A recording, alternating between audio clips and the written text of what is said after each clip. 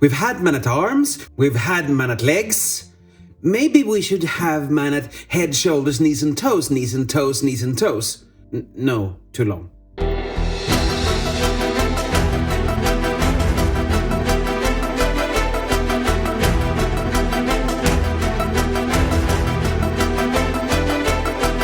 Hi everyone, this is Triple T, and today I'm taking a look at Mattel Masterverse new Eternia Man-at-Arms.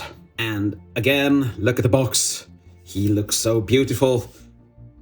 I mean, not the man himself, but the illustration looks just amazing. With this little weapon there. And you have him contemplating the universe here. And there you have him going to bed. Well, blah. Again, no text. I'm not gonna talk about that. Mustacheless head. No! And he comes with 2 sets of replacement hands. You have 2 holding hands or gripping hands, and you have 2 fisted hands. Yeah. You have an alternate helmet. A bit more futuristic, maybe. A bit less of the 80s cartoon.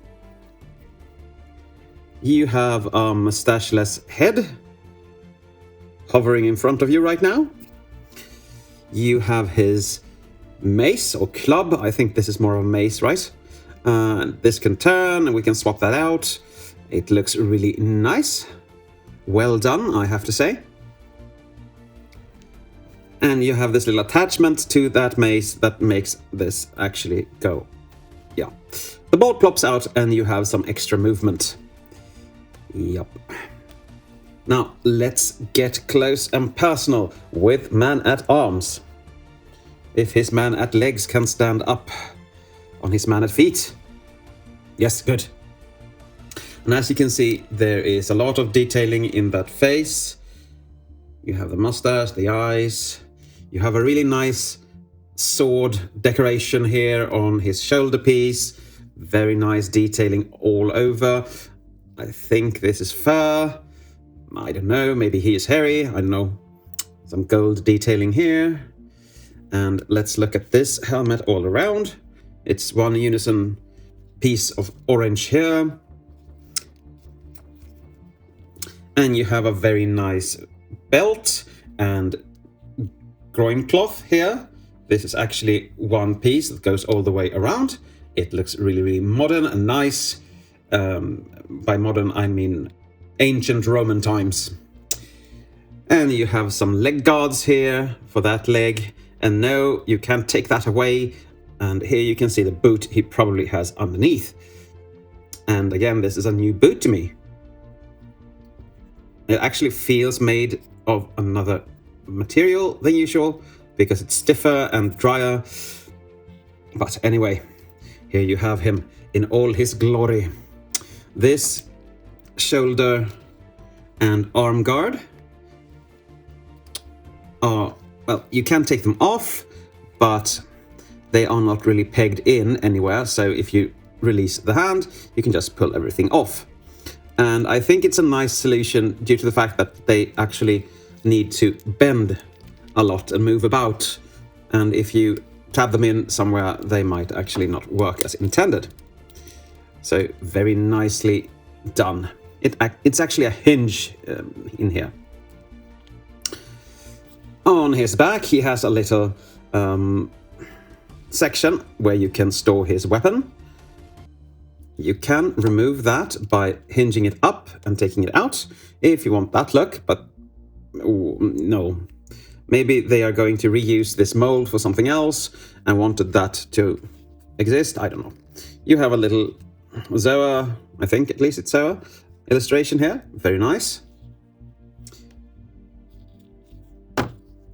And that is all for the detailing. Now for articulation. Everything is as usual, almost. The head is a bit stiff, and he can hide his face inside his mask there if he wants to. If Stinkor is closed, yep. His arms can do a 360. They can come out to a T. You have a double jointed elbow, but as you can see, when you start using that elbow, this goes to back. So, and this hand is fairly well in there, so this guard hinders it from moving outwards. You should be able, if you get a grip on it, to move it inwards like that, but otherwise we can show you on this side. No, equally stiff. Okay. Anyway, they should be able to hinge in and out and rotate about like that. You have the same beautiful rotation up at the chest piece. You have a waist rotation. That was really stiff on my copy. Well, you have one. I don't want to break anything. Oh, this is really strange. Okay.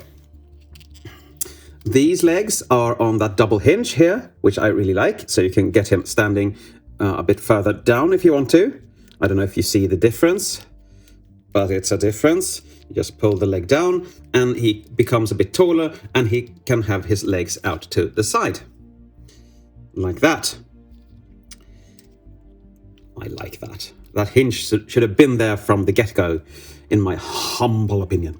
You have a rotation at the thigh there, a mold breaking, as I used to call it. And you have a double hinged knee, of course. It's Masterverse.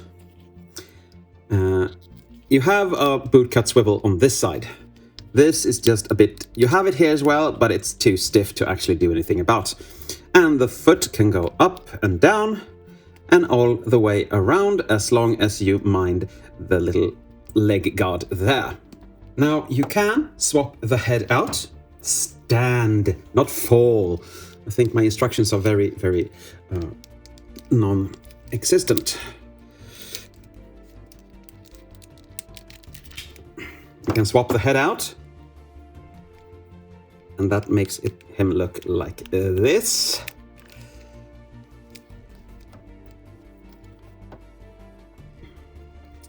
I don't really like that face. And I'm gonna put this on so you can see how that looks. So this is Men-at-Arms with a modern helmet and a non-mustachy face. And as you can see, it is quite the difference. Yes, it is. And I don't like this one, so I'm going to take that off. And while we're at it, while we're beheading him, let's behand him. Oh, this is going to be fun.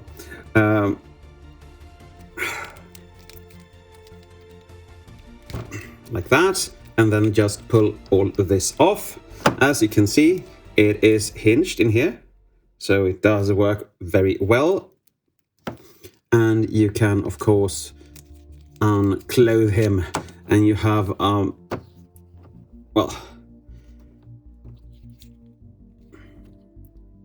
you have a body that looks like He-Man, just green. Put the head on again. That is how he looks.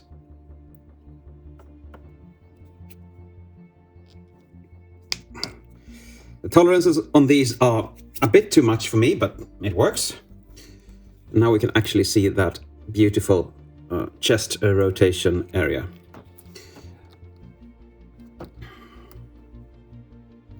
Oh, please stand up. This shouldn't be that hard. I'm not gonna say what I think this looks like, so we're moving on. We're moving on.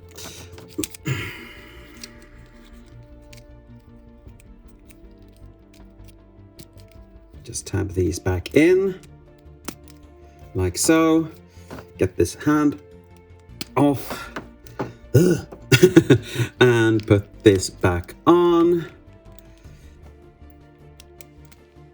Push this hand in so it holds everything together, and there you are. There he is, back into his normal mode. Now, if you want him to hold his weapon, he can of course do that. This is such a given, I don't really know why I'm showing you this. He's holding his little mace here, looking all mace wielding and stuff. Really, really nice. And you can, of course, store it, as I said before, on his back. I don't know if it should be up or down. Maybe down, just for funsies. I don't know. You can have it either way you prefer. I think I prefer it that way, actually. I've changed my mind, people. I didn't like that before, but I've changed my mind. Okay, I'm going to take this off again. Now the whole bit just falls off. Now I'm going to take this off because we're going to try and use this one. I can tell you my arms are tired from manipulating everything here. And unfortunately, I have some paint scrapage here, so it's orange. But what are you going to do? And now he can hold his elongated club instead. If you like that, you like that. I prefer him with the shorter one. It's just more my cup of tea. Stand, you bastard! For comparison, here he is with many faces. Another tool that has problems standing for some reason.